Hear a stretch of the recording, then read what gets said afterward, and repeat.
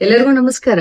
ನಿನ್ನೆ ವಿಡಿಯೋ ನೋಡಿರಲ್ಲ ಎಲ್ಲಾರು ಮೊಸರಿನ ಬಗ್ಗೆ ಮಾಡಿ ನಾನು 2 ವಿಡಿಯೋಸ್ ಮಾಡೇನಿ. ಹೆಂಗ್ ತಯಾರು ಮಾಡಬೇಕು, ಹೆಂಗ್ ತಿನ್ಬೇಕು, ಏನ್ ಮಿಕ್ಸ್ ಮಾಡ್ಕೋಬೇಕು, ಎವ್ರಿಥಿಂಗ್ ಡಿಟೇಲ್ ಆಗಿ ನಾ ಹೇಳೇನಿ. But still so many confusions. Okay, ಅಯ್ಯೋ ನಮ್ಗೆ ಬಹಳ ನೆಗಡಿ ಆಗ್ತದ, ಹಂಗ ಹಿಂಗ 108 ನನಗೆ ಆ ಪ್ರಾಬ್ಲಮ್, ಸ್ಕಿನ್ ಪ್ರಾಬ್ಲಮ್ ಐತಿ ಅಂತ ಹೇಳಿ ಇಷ್ಟೊಂದು ಡೌಟ್ಸ್ ಬರ್ತಾವು. ತಪ್ಪಲ್ಲ ಆಕ್ಚುಲಿ. ಅಟ್ಲೀಸ್ಟ್ ನೀವು ಡೌಟ್ಸ್ ಪಡ್ಲಿಕ್ಕತ್ತೀರಿ ಅಂದ್ರೆ, ವಿವೇಚನೆ ಮಾಡ್ಲಿಕ್ಕತ್ತೀರಿ ಅಂದಂಗ ರಿಯಲಿ ಐ ವೆಲ್ಕಮ್. ಅದಕ್ಕೆ ಸೂಟೇಬಲ್ ಆಗುವಂತ ವಿಡಿಯೋಸ್ ಅನ್ನ ನಾನು ಅಪ್ಲೋಡ್ ಮಾಡೀನಿ. ನೀವು ಅವನ್ನ ಕಂಪ್ಲೀಟ್ ಆಗಿ 2 ವಿಡಿಯೋಸ್ ಅನ್ನ ನೋಡ್ರಿ, ಚಾನೆಲ್ ಸಬ್ಸ್ಕ್ರೈಬ್ ಮಾಡ್ಕೊಡ್ರಿ, ನಾನು ಎಲ್ಲಾ ವಿಡಿಯೋಸ್ ಅನ್ನು ನೋಡ್ರಿ, ನಿಮ್ಗೆ ಹೆಲ್ಪ್ ಆಗ್ತದೆ. ಓಕೆ, ಇವತ್ತಿನ ವಿಡಿಯೋ ಒಳಗ ನಾನು ಆ ಮೊಸರಿನ ಮುಂದಿನ ಭಾಗ, ಮೊಸರನ್ನ ಸಂಸ್ಕಾರ ಮಾಡಿದ್ಮೇಲೆ ಏನ್ ಬರ್ತದ ನೆಕ್ಸ್ಟ್ ಅನ್ನೋದು ತಕ್ರದ ಬಗ್ಗೆ ಮಾತಾಡೋಣ ಅಂತ. Butter milk. ಎಸ್, ನೀವ್ ಅನ್ಕೋಬಹುದಲ್ಲ ಮಜ್ಜಿಗೆ ಬಗ್ಗೆ ಏನ್ ಹೇಳ್ಲಿಕ್ಕತ್ತೀರಿ ನೀವು, ನಮ್ಗೆಲ್ಲ ಗೊತ್ತದ ಅಂತ ತಿಳ್ಕೊಂಡು. ಗೊತ್ತದ, ಬಟ್ ಎಷ್ಟು ಜನರು ಕರೆಕ್ಟ್ ಮಜ್ಜಿಗೆ ಮಾಡ್ತಾರೆ ಹೇಳ್ರಿ ನೋಡೋಣ. ಯಾರ ಮನೆಯೊಳಗ ಹಿರಿಯರ್ ಇದ್ದಾರೆ ಅಥವಾ ಯಾರ ಮನೆಯೊಳಗ ಪೇಶನ್ಸ್ ಇಂದ ಅಡಿಗೆ ಮಾಡೋರ್ ಇದ್ದಾರ, ಅವ್ರು ಮಾತ್ರ ಮಜ್ಜಿಗೆ ಮಾಡ್ಲಿಕ್ಕೆ ಸಾಧ್ಯ. ಉಳಿದವ್ರು ಎಲ್ಲರೂ ತಪ್ಪು ಮಾಡ್ತಾರ. ನನ್ನ ತಿಳಿದ ಮಟ್ಟಿಗೆ ಒಂದ್ 75 to 80% of the people they are doing mistakes. They are ಮಿಸ್ಟೇಕಿಂಗ್ like anything. ಯಾಕಂದ್ರೆ ನನ್ನ ಹತ್ರ ಪೋಸ್ಟಲ್ ಡಿಪಾರ್ಟ್ಮೆಂಟ್ ಒಳಗೆ ವರ್ಕ್ ಮಾಡೋರು, ರೈಲ್ವೇಸು, ಬ್ಯಾಂಕು, ಹಿಂಗ್ ಬೇರೆ ಬೇರೆ ಸೆಕ್ಟರ್ ಒಳಗೆ ವರ್ಕ್ ಮಾಡುವಂತ ಹೆಣ್ಮಕ್ಳು ತೋರಿಸ್ಕೊಳ್ಳಿಕ್ ಬಂದಾಗ ನಾನು ಅವ್ರಿಗೆ ಮಜ್ಜಿಗೆ ಕುಡೀರಿ ಅಂದ ತಕ್ಷಣ ಅವ್ರು ಏನ್ ಹೇಳ್ತಾರ ಗೊತ್ತಾ, ಹೇಗೆ ಎವ್ರಿಡೇ ತಗೋತೀರಿ ನಾವು, ಹೆಂಗ್ ಮಾಡ್ತೀರಿ ನೀವು? ಇಲ್ಲ, ಬೆಳಿಗ್ಗೆ ಟೈಮ್ ಇರಂಗಿಲ್ಲ ನಮ್ಗ, ನಾವ್ ಒಂದು ಬಾಟಲ್ ತಗೋತೀವಿ, ಅದ್ರೊಳಗೆ ಸ್ವಲ್ಪ ಮೊಸರು ಹಾಕ್ತೇವಿ, ಸ್ವಲ್ಪ ಜೀರಿಗೆ ಪೌಡರ್ ಹಾಕ್ತೇವಿ, ನೀರ್ ಹಾಕೊಂಡ್ ಅದನ್ನ ಮಧ್ಯಾಹ್ನ ಊಟ ಟೈಮ್ನಾಗ ಗಲ ಮಾಡ್ಬಿಡ್ತೇವಿ, ಅದು ಮಜ್ಜಿಗೆ ಆಗ್ಬಿಡ್ತದ ಅಂತ ಹೇಳ್ತಾರ ಅವ್ರು. ಅದು ಮಜ್ಜಿಗೆ ಆಗ್ತದೇನ್ರಿ? ವಿಚಾರ ಮಾಡ್ರಿ ನೋಡೋಣ. ತಕ್ರ ಆಗ್ತದ ಅಥವಾ ಮಜ್ಜಿಗೆ ಬಟರ್ ಮಿಲ್ಕ್ ಆಗ್ತದ? ಯಾವಾಗ ಆಗ್ತದದು ಬಟರ್ ಮಿಲ್ಕ್ ಅಂದ್ರೆ, ನೀವು ಆ ಮೊಸರಿಗೆ ಸರ್ಟನ್ ಕ್ವಾಂಟಿಟಿ ಆಫ್ ವಾಟರ್ ಹಾಕಿ ಚಂದ ಕಡಿಬೇಕು.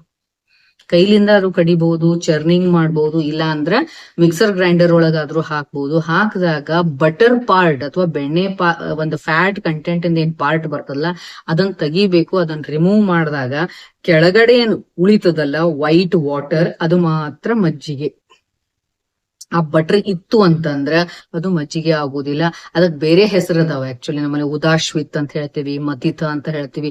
ಅದ್ರ ಕ್ವಾಲಿಟೀಸು ಬೇರೆ ಆಗ್ತಾವ್. ನಮ್ಗ ಮಜ್ಜಿಗೆ ಕ್ವಾಲಿಟೀಸ್ ಬೇಕಪ್ಪ ಅಂತಂದ್ರ ನಾವು ಮಜ್ಜಿಗೆ ಮಾಡೋ ರೀತಿ ಒಳಗ ಮಾಡ್ಬೇಕು. ಬೇರೆ ಏನಾರ ಮಾಡಿ ನಾವು ಮಜ್ಜಿಗೆ ಕುಡಿತೀವಿ ಅಂದ್ರ ಆಗೋದಿಲ್ರಿ. ನಾನ್ ನಿನ್ನೆನೂ ಹೇಳಿನಿ, we cannot compromise with a nature. ನಿಸರ್ಗದ ನಿಯಮಗಳು ಬಹಳ ಸ್ಟ್ರಿಕ್ಟ್ ಆಗಿರ್ತಾವು. ನಾವು ಮಜ್ಜಿಗೆ ಮಾಡ್ಬೇಕು ಅಂದ್ರೆ ಕರೆಕ್ಟ್ ಆಗಿ ನೀರ್ ಹಾಕಿ ಕಡಿಬೇಕು, ಆ ಬೆಣ್ಣೆ ಭಾಗವನ್ನ ಸಂಪೂರ್ಣವಾಗಿ ತೆಗಿಬೇಕು. ನೀವು ಗ್ರೈಂಡರ್ ಒಳಗ್ ಮಾಡಿದ್ರು ಅಷ್ಟ, ಮೇಲೇನು ಒಂದು ಫ್ರೋದಿ ಬರ್ತದಲ್ಲ, ಒಂದು ಬುರುಗ್ ನಂಗ್ ಬರ್ತದ ಕಟ್ಟದಾಗ, ಅದು ಇದನ್ ಮಾಡಿದಾಗ ಅವಾಗ ಅದನ್ನ ತೆಗೆದ್ ಬಿಡ್ಬೇಕು. ಕೆಳಗೆ ಏನ್ ವೈಟ್ ವಾಟರ್ ಉಳಿತದಲ್ಲ, ದಟ್ ಈಸ್ ಕಾಲ್ಡ್ ತಕ್ರ. ಆ ತಕ್ರ ಎಷ್ಟು ಇಂಪಾರ್ಟೆಂಟ್ ಅಂದ್ರ, ನಮ್ಮ ಆಯುರ್ವೇದದೊಳಗೆ ಹೇಳ್ತೀವಿ ನಾವು, ತಕ್ರಂ ಸ್ವರ್ಗೇ ಅಪಿ ದುರ್ಲಭಂ ಅಂತ ಹೇಳ್ತೇವೆ. ಸ್ವರ್ಗದೊಳಗೂ ಕೂಡ ಅದು ಸಿಗುದಿಲ್ಲ, ಅಷ್ಟು ದುರ್ಲಭ, ಅಷ್ಟು ಪ್ರೇಷಿಯಸ್ ಅದು. ಅಂದ್ಮೇಲೆ ಅದಕ್ಕೆ ಅಷ್ಟು ಒಳ್ಳೆ ಕ್ವಾಲಿಟಿ ಇರಬೇಕಲ್ಲ. ಯಾಕೆ ಪ್ರೇಷಿಯಸ್ ಇರ್ತದ? ಅಷ್ಟು ಒಳ್ಳೆ ಕ್ವಾಲಿಟಿ. ಇವನ್ ಅದು ಶಕ್ರನಿಗೂ ಸಿಗಂಗಿಲ್ಲ ಅಂತ ಹೇಳ್ತಾರೆ. ಅಂದ್ರೆ ಇಂದ್ರನಿಗೂ ಕೂಡ ಅದು ಸಿಗುವುದಿಲ್ಲ. ಅಷ್ಟು ಬಹಳ ಒಳ್ಳೆ ಕ್ವಾಲಿಟಿ ಇರುವಂತಹ, ಮೆಡಿಸಿನಲ್ ಕ್ವಾಲಿಟಿ ಇರುವಂತಹ ತಕ್ರ ಎಲ್ಲಾ ಪ್ರಕೃತಿಯವರಿಗೂ ಹೊಂದದ್ರಿ. ಅದು ನಮ್ಗೆ ಇವ್ರು ಹೊಂದಂಗಿಲ್ಲ, ಅವ್ರು ಹೊಂದಂಗಿಲ್ಲ, ಮಕ್ಳಿಗೆ ಹೊಂದಂಗಿಲ್ಲ, ವಯಸ್ಸಾದವ್ರು ಹೊಂದಂಗಿಲ್ಲ, ಹಿಂಗ್ ಮಾತೇ ಇಲ್ಲ.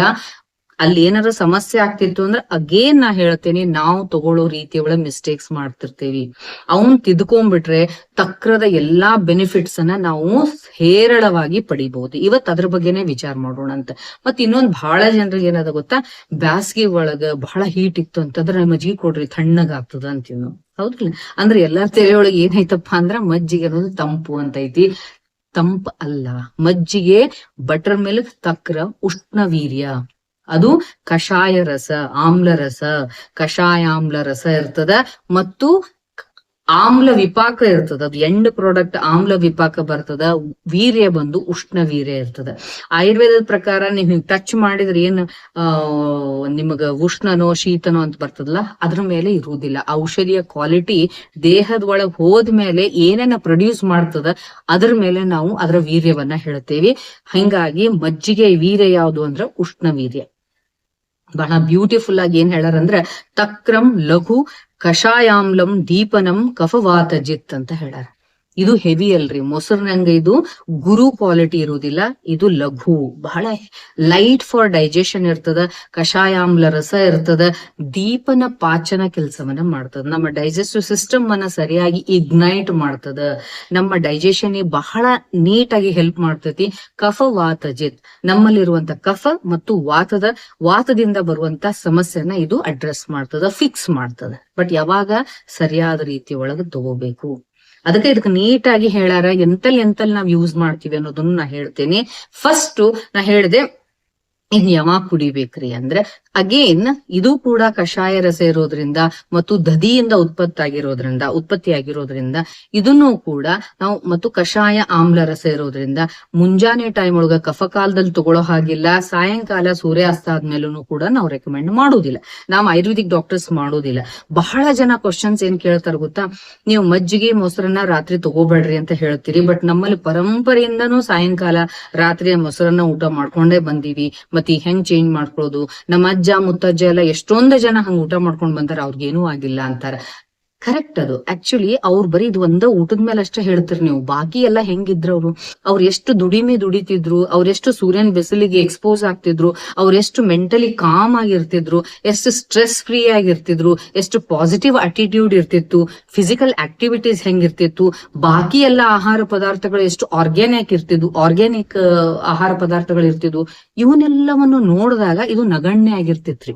ಅವ್ರು ಅದನ್ನ ರೂಢಿ ಮಾಡ್ಕೊಂಡ್ ಬಂದಿದ್ರು. ಈಗ ನಮ್ದು ವಿಪರೀತ ಸ್ಟ್ರೆಸ್ಸು, AC ಒಳಗ್ ಕೂಡೋದು, ಹೆಂಗ್ ಬೇಕಂಗ ನಮ್ದು ತಿನ್ನೋದು, ಎಲ್ಲಾ ಪ್ಯಾಕೆಟ್ ಫುಡ್ ತಿನ್ನೋದು, ಮ್ಯಾಲ ಇದನ್ನು ಒಂದು ಮಾಡ್ಕೊಂಡ್ರೆ ನಮ್ಮ ದೇಹಕ್ಕೆ ಅಫೆಕ್ಟ್ ಆಗೇ ಆಗ್ತದ. ರಾತ್ರಿ ಮೊಸರು ಮಜ್ಜಿಗೆ ಉಣ್ಬೇಡ್ರಿ ಅಂತ ನಾನ್ ಹೇಳ್ತಾ ಇಲ್ಲ, ಚರಕಾಚಾರ್ಯರು ಮತ್ತು ಸುಶ್ರುತಾಚಾರ್ಯರು ಇದನ್ನ ಸ್ಪಷ್ಟವಾಗಿ ಹೇಳ್ಯಾರ. ಅಂದ ಮೇಲೆ ನಾವನ್ನ ಒಪ್ಕೋಬೇಕಾಗ್ತದ. ದಟ್ ಈಸ್ ಅಥೆಂಟಿಕ್ ಇನ್ಫಾರ್ಮೇಶನ್, ಆಪ್ತೋಪದೇಶ, ಆಪ್ತರಿಂದ ಬಂದಂತ ಉಪದೇಶ ಆಗಿರೋದ್ರಿಂದ ಅದ್ರೊಳಗೆ ಸೈನ್ಸ್ ಇದ್ದ ಇರ್ತದ. Because they were scientist. ನಾವು ಇವತ್ತಿನ ಪರಿಸ್ಥಿತಿಗೆ ಅನುಗುಣವಾಗಿ ನಾವ್ ಅದನ್ನ ಹೆಂಗ ಮಾಡಿಫೈ ಮಾಡ್ಕೋಬೇಕಂತ ವಿಚಾರ ಮಾಡ್ಬೇಕು. ಹೌದಾ? ಹಿಂದಿನ ಹಿರಿಯರು ಒಮ್ಮೆ ಕುತ್ಕೊಂಡ್ರೆ 10 ಹೋಳಿಗೆ ತಿಂತಿದ್ರು, ನಮ್ಗ ಆಗ್ತದ? Because it depends on their physical activities. ಹೊಲ ಮನಿ ಒಳಗೆ ದುಡಿತಿದ್ರು, ಅವ್ರು ಒಂದ್ ಕೂತ್ರೆ ಆಕ್ಚುಲಿ 7-8 ಹೋಳಿಗೆ ತಿಂತಿದ್ರು. ನಾವ್ ಅದನ್ನ ತಿನ್ನಂಗಿಲ್ಲ. ಹಿಂಗ ನಮಗ್ ಬೇಕಾಗಿದ್ದನ್ ಮಾತ್ರ ನಮ್ ಹಿರಿಯರ್ ಮಾಡ್ಯಾರ, ನಾವು ಮಾಡ್ತೀವಿ ಅನ್ನೋದು, ನಮಗ್ ಬ್ಯಾಡಾಗಿತ್ತಂದ್ರ ತಪ್ಪು ಅನ್ನೋದು, ಇದು ಸರಿಯಲ್ಲ. So what science tells that we have to follow. ಹಿಂದಿಂದನೂ ಕೂಡ ಇದನ್ನ ಹೇಳ್ಕೊಂಡ್ ಬಂದಾರ, ಇದನ್ನ ನಾವು ಫಾಲೋ ಮಾಡ್ಬೇಕಾಗ್ತದ. ಓಕೆ, ಆಮೇಲೆ ಈ ಮಜ್ಜಿಗೆನ ನಾವ್ ಹೆಂಗ್ ಕುಡಿಬೇಕು ಅಂತ ಒಂದ್ ಪ್ರಶ್ನೆ ಬರ್ತದ. ಬಹಳ ಜನರದ್ದು ಒಂದು ರೂಢಿನ ನೋಡೇನಿ. ಕಾಮನ್ ಆಗಿ ಹೆಂಗ್ ಮಾಡ್ತೀವಿ ಅಂದ್ರೆ, ಮಜ್ಜಿಗೆ ಮಾಡ್ಕೋತೀವಿ, ಮಧ್ಯಾಹ್ನನ ಇದನ್ನ ಊಟ ಮಾಡುವ. ರೈಟ್ ಟೈಮ್ ಅಂದ್ರೆ ಮಧ್ಯಾಹ್ನನ ತಗೊಳ್ಳುವಂಥದ್ದು. ಪಿತ್ತ ಕಾಲದೊಳಗೆ ಊಟ ಎಲ್ಲ ಆದ್ಮೇಲೆ 1 ಗ್ಲಾಸ್ ಮಜ್ಜಿಗೆ ಘಟ ಕುಡಿದು ಎದ್ ಬಿಡ್ತೇವೆ. This is again wrong. ಮುಹುರ್ ಅಂತ ಹೇಳ್ಯಾರ ಆಯುರ್ವೇದದೊಳಗೆ ಸ್ಪಷ್ಟವಾಗಿ. ಹೆಂಗ ಊಟ ಮಾಡ್ಬೇಕಾದ್ರ ಮಧ್ಯ ನೀವು ನೀರ್ ಕುಡ್ದೋರ್ ಟೈಪ್ ಮಜ್ಜಿಗೆನ ಸಿಪ್ ಬೈ ಸಿಪ್ ಕುಡಿತಾ ಇರ್ಬೇಕು. ಆವಾಗ ಮಜ್ಜಿಗೆ ಇಫೆಕ್ಟ್ ನಮ್ ದೇಹಕ್ಕೆ ಸಿಗ್ತದ.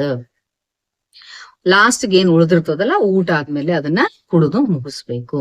This is right method of buttermilk intake. Okay, number 1. Second thing ಏನು ಹಂಗಂದ್ರೆ, ಇದನ್ನ ಯಾವ್ಯಾವ ಪ್ರಕೃತಿಯವರು ಹೆಂಗ್ ತಗೋಬೇಕ್ರಿ ಅಂದ್ರೆ, ಬಹಳಷ್ಟು ಫಾರ್ಮುಲೇಷನ್ಸ್ ಅದಾವು. ಕಾರಣ ಮಜ್ಜಿಗೆ ಅನ್ನೋದು ಒಂದು ಯೋಗವಾಗಿ ಇದ್ದಂಗ. ನೀವ್ ಅದ್ರೊಳಗೆ ಏನ್ ಹಾಕ್ತಿರಲ್ಲ, ಪ್ರಾಪರ್ ಕಾಂಬಿನೇಷನ್ಸ್ ಮಾಡಿದಾಗ ಅದು ಆ ಕ್ವಾಲಿಟೀಸ್ ಅನ್ನ ಎನ್ಹಾನ್ಸ್ ಮಾಡ್ತದ್ರಿ. ಉದಾಹರಣೆಗೆ ನಾ ಹೇಳ್ತೇನೆ, ನಿಮ್ಗೆ ವಾತ ಪ್ರಕೃತಿ ಇದ್ದವರು ಸೈಂಧವ ಲವಣವನ್ನ ಹಾಕಬೇಕು ಅಂತ ಸ್ಪಷ್ಟವಾಗಿ ಹೇಳ್ಯಾರ. ಹೆಂಗ? ವಾತೆ ಸೈಂಧವ ಯುಕ್ತಂ ತಕ್ರಮ್ ಅಂತ ಹೇಳಿ. ವಾತ ಪ್ರಕೃತಿ ಇದ್ದವರು ಒಂಚೂರು ಸೈಂಧವ ಲವಣವನ್ನ ಹಾಕೊಂಡು, ಅಂದ್ರೆ ಸೈಂಧವ ಲವಣದಿಂದ ಎಲೆಕ್ಟ್ರೋಲೈಟ್ ಇಂಬ್ಯಾಲೆನ್ಸ್ ಆಗೋದಿಲ್ಲ, ಅದನ್ನ ಹಾಕೊಂಡು ಕುಡೀರಿ ಅಂತ ಹೇಳ್ತಾರೆ. ಪಿತ್ತದವ್ರು ಏನ್ ಮಾಡ್ಬೇಕು ಅಂದ್ರೆ ಮಧುರ ಯುಕ್ತಂ ತಕ್ರಮ್ ಅಂತ ಹೇಳ್ತಾರ. ಮಧುರ ರಸ ಇರುವಂತಹ ದ್ರವ್ಯಗಳನ್ನ ಅದ್ರೊಳಗ ಮಿಕ್ಸ್ ಮಾಡ್ಕೋಬೇಕು. ಉದಾಹರಣೆಗೆ ಖಂಡ ಶರ್ಕರ, ನಾ ಹೇಳಿದ್ನಲ್ಲ, ಕಲ್ ಸಕ್ರೆ ಹಾಕೋಬಹುದು, ಅಥವಾ ಎಷ್ಟಿ ಮಧು ಚೂರ್ಣವನ್ನ ಹಾಕೋಬಹುದು. ಈ ರೀತಿಯಾಗಿ ಹಾಕೊಂಡು ಕುಡಿಬೇಕು ಅಂತ ಹೇಳ್ತಾರೆ. ಇನ್ನ ಕಫ ಪ್ರಕೃತಿ ಇದ್ದವ್ರು ಏನ್ ಮಾಡ್ಬೇಕು ಅಂದ್ರೆ ಕಫೆ ತ್ರಿಕಟ ಯುಕ್ತಂ ತಕ್ರಮ್ ಅಂತ ಹೇಳ್ತಾರ. ಶುಂಠಿ, ಮರೀಚ, ಪಿಪ್ಪಲಿ, ಹಿಂಗು ಇವನ್ನೆಲ್ಲವನ್ನ ಹಾಕೊಂಡು ನೀವು ಕಫ ಪ್ರಕೃತಿಯವರು ಕುಡಿಬಹುದು. ಇದು ನಿಮ್ಗೆ ಅರ್ಥ ಆಯ್ತು ಅಂದ್ರೆ ಮಕ್ಕಳಿಗೂ ಕೊಡ್ಬೇಕು. ನಾ ಫಸ್ಟ್ ಹೇಳಿಕತ್ತೀನಿ, ಇದು ಉಷ್ಣವೀರ್ಯ ಇರೋದ್ರಿಂದ ಇದನ್ನ ನೀವು ಮಕ್ಕಳಿಗೆ ಕೊಡ್ಬೇಕಾದ್ರೂ ಹೆದರುವ ಅವಶ್ಯಕತೆ ಇಲ್ಲ, ವಯಸ್ಸಾದವ್ರಿಗೆ ಕೊಡ್ಬೇಕಾದ್ರೂ ಕೂಡ ಹೆದರುವಂತ ಅವಶ್ಯಕತೆ ಇಲ್ಲ. ಬಟ್ ಏನ್ ಹಾಕಬೇಕು ಅನ್ನೋದು ಬಹಳ ಇಂಪಾರ್ಟೆಂಟ್. ನಾನ್ ನಿಮಗೆ ಕೆಲವೊಂದು ಫಾರ್ಮುಲೇಷನ್ಸ್ ಅನ್ನು ಹೇಳ್ತೀನಿ, ನಿಮಗೆ ಯಾವ್ದು ಸೂಟ್ ಆಗ್ತದೋ ಅದನ್ನ ನೀವು ಯೂಸ್ ಮಾಡ್ಕೋಬೇಕು. ನಂಬರ್ 1, ಮಜ್ಜಿಗೆನ ಫಸ್ಟ್ ಮಜ್ಜಿಗೆ ಮಾತ್ರ ಸರಿಯಾಗಿ ಪ್ರಿಪೇರ್ ಮಾಡಿರ್ಬೇಕು. ಅದಕ್ಕೆ ನೀವು ಸೈಂಧವ ಮತ್ತು ಪುದೀನ ಎರಡೂನು ಸೇರಿಸಿ ಅದಕ್ಕೊಂದ್ ಚೂರ ನೀವು ಬೆಲ್ಲವನ್ನ ಹಾಕೋ ಅಥವಾ ಖಂಡ ಶರ್ಕರವನ್ನ ಹಾಕೊಂಡು ನೀವು ಮಕ್ಕಳಿಗೆ ಮತ್ತು ದೊಡ್ಡವರಿಗೆ ಕುಡಿಲಿಕ್ಕೆ ಕೊಡ್ರಿ. ನಂಬರ್ 1. ಸೆಕೆಂಡ್ ಥಿಂಗ್ ಏನಾಗ್ತದ, ಇದಕ್ಕ ಸಂಗ್ರಾಹಿ ಅಥವಾ ಗೃಹಿಣಿ ದೋಷದಲ್ಲಿ ನಾವು ಇದನ್ನ ಯೂಸ್ ಮಾಡ್ತೇವೆ. ಎಷ್ಟೋ ಜನರಿಗೆ ಸ್ಟ್ರೆಸ್ ಇಂಡ್ಯೂಸ್ ಆಗಿ ಅಥವಾ ಸುಮಾರು ಸಮಸ್ಯೆಯಿಂದ ಗಟ್ ಹೆಲ್ತ್ ಡ್ಯಾಮೇಜ್ ಆಗಿ ಕೊಲೈಟಿಸ್ ಅಂತ ಆಗಿರ್ತದ, IBS ಅಂತ ಆಗಿರ್ತದ, ಇರಿಟೇಟಿಂಗ್ ಬೊವೆಲ್ ಸಿಂಡ್ರೋಮ್ ಎಲ್ಲ ಬಂದಿರ್ತಾವು. ಅಂತವ್ರಿಗೆ ಮಜ್ಜಿಗೆ ಒಂದು ಅಮೃತ ಇದ್ದಂಗ, ಪ್ರೊವೈಡೆಡ್ ಅದಕ್ಕೆ ಏನ್ ಹಾಕ್ಬೇಕು ಹಂಗ್ ಹಾಕೊಂಡ್ ಕುಡಿಬೇಕು. ಅದ್ರೊಳಗೆ ಏನ್ ಹಾಕ್ಬೇಕು ಅಂದ್ರೆ ಹುರಿದಂತ ಜೀರಿಗೆ ಪೌಡರ್ ಹಾಕ್ಬಹುದು, ಹಿಂಗನ್ನ ಹಾಕ್ಬಹುದು, ಪುದೀನ ಹಾಕಿ ನೀವು ಅಂತ ಮಜ್ಜಿಗೆಯನ್ನ ಗೃಹಿಣಿ ರೋಗ ಇದ್ದವ್ರಿಗೆ ಕೊಟ್ರಿ ಅಂದ್ರೆ ಬಹಳಷ್ಟು ಹೆಲ್ಪ್ ಆಗ್ತದ. ಅದು ಗ್ರಹಿಸ್ತದ, ಅದು ಮಲ ಪ್ರವೃತ್ತಿ ಪದೇ ಪದೇ ಆಗ್ಲಾರ್ದಂಗ ನೋಡ್ಕೊಳ್ತದ, ಇಂಟೆಸ್ಟೈನ್ ಒಳಗಡೆ ಸರಿಯಾಗಿ ನ್ಯೂಟ್ರಿಯೆಂಟ್ಸ್ ಅಬ್ಸಾರ್ಬ್ ಆಗುವಂಗ್ ನೋಡ್ತದ.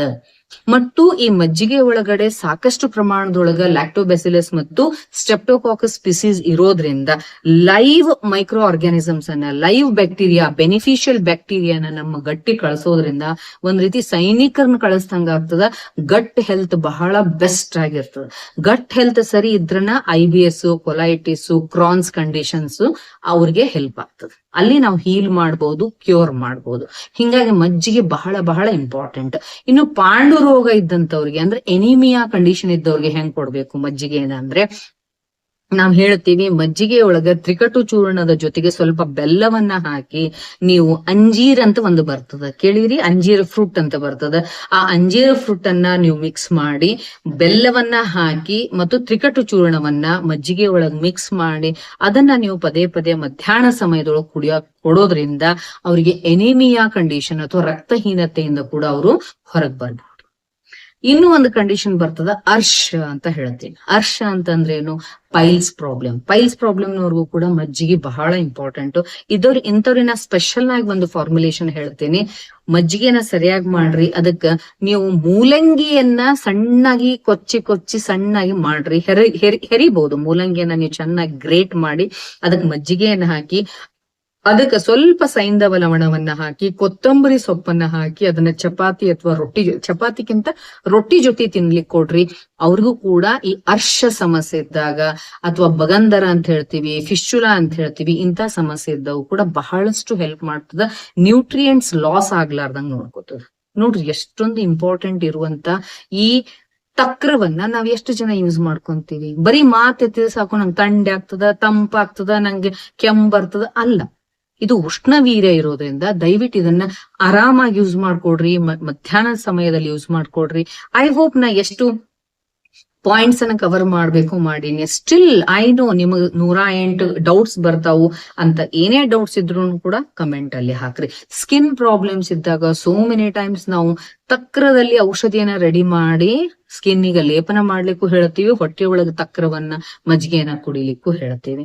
ಓಕೆ, ಹಿಂಗ ಸಾಕಷ್ಟು ಇದು ಹೆಲ್ಪ್ಫುಲ್ ಆಗಿರುವಂತಹ ಒಂದು ಪಾನೀಯ ಇರೋದ್ರಿಂದ, ಬೆಸ್ಟ್ ಪ್ರೋಬಯೋಟಿಕ್ ಇರೋದ್ರಿಂದ ವೇಸ್ಟ್ ಮಾಡ್ಲಿಕ್ಕೆ ಹೋಗ್ಬೇಡ್ರಿ.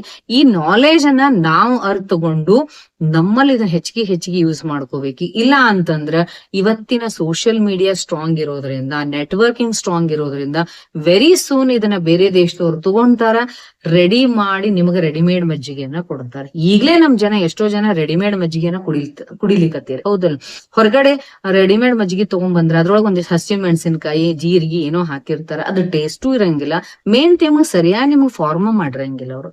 ಅಂತವೆಲ್ಲ ಮಾಡ್ಲಿಕ್ಕೆ ಹೋಗ್ಬೇಡ್ರಿ. ಇಷ್ಟೆಲ್ಲಾ ಕಷ್ಟಪಟ್ಟು ದುಡಿಯೋದು ಎದಕ್ಕಪ್ಪ ಅಂತಂದ್ರೆ ಹೆಲ್ದಿ ಆಗಿರ್ಲಿಕ್ಕೆ ಮತ್ತು ಎಂಜಾಯ್ ಮಾಡ್ಲಿಕ್ಕೆ. ಅಂದ್ಮೇಲೆ ಸ್ವಲ್ಪ ಪೇಶನ್ಸ್ ಇಂದ ಮನೆ ಒಳಗ ಸರಿಯಾಗಿ ಮಜ್ಜಿಗೆ ರೆಡಿ ಮಾಡ್ಕೊಂಡು ಅದಕ್ಕೆ ನಿಮ್ಮ ಪ್ರಕೃತಿಗೆ ಅನುಸಾರವಾಗಿ ಇಂಗ್ರೀಡಿಯೆಂಟ್ಸ್ ಅನ್ನ ಹಾಕೊಂಡು ಕುಡೀರಿ. ಒಳ್ಳೆ ಹೆಲ್ತ್ ನಿಮ್ದಾಗ್ತದೆ. ನಾ ಹೇಳೋ ಪಾಯಿಂಟ್ಸ್ ನಿಮಗ ಲೈಕ್ ಆಯ್ತು ಅಂದ್ರೆ ದಯವಿಟ್ಟು ಲೈಕ್ ಮಾಡಿ, ಚಾನೆಲ್ ಸಬ್ಸ್ಕ್ರೈಬ್ ಮಾಡ್ಕೊಂಡು ನಿಮ್ಮೆಲ್ಲ ಹಿತೈಷಿಗಳಿಗೂ ಇದನ್ನ ಶೇರ್ ಮಾಡ್ರಿ.